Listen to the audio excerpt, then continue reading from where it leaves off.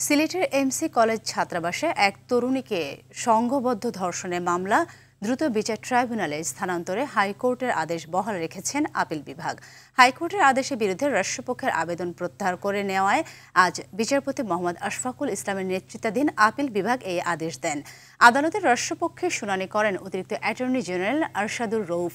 রিটের পক্ষে ছিলেন barrister Abdul Kaiyum, barrister Omar Faruk, barrister Kamarun Mahmud Dipa.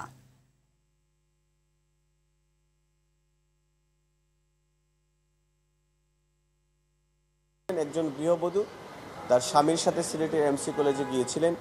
সেখান থেকে তৎকালীন ক্ষমতাসীন দলের সাথে জড়িত এরকম কিছু নেতৃস্থানীয় ব্যক্তি একজন মহিলাকে জোরপূর্বক উঠিয়ে নিয়ে একটা সংঘবদ্ধ ধর্ষণে করেছিলেন, যার কারণে নারী ও শিশু নির্যাতন দমন ট্রাইব্যুনালে একটা মামলা রুজু হয়।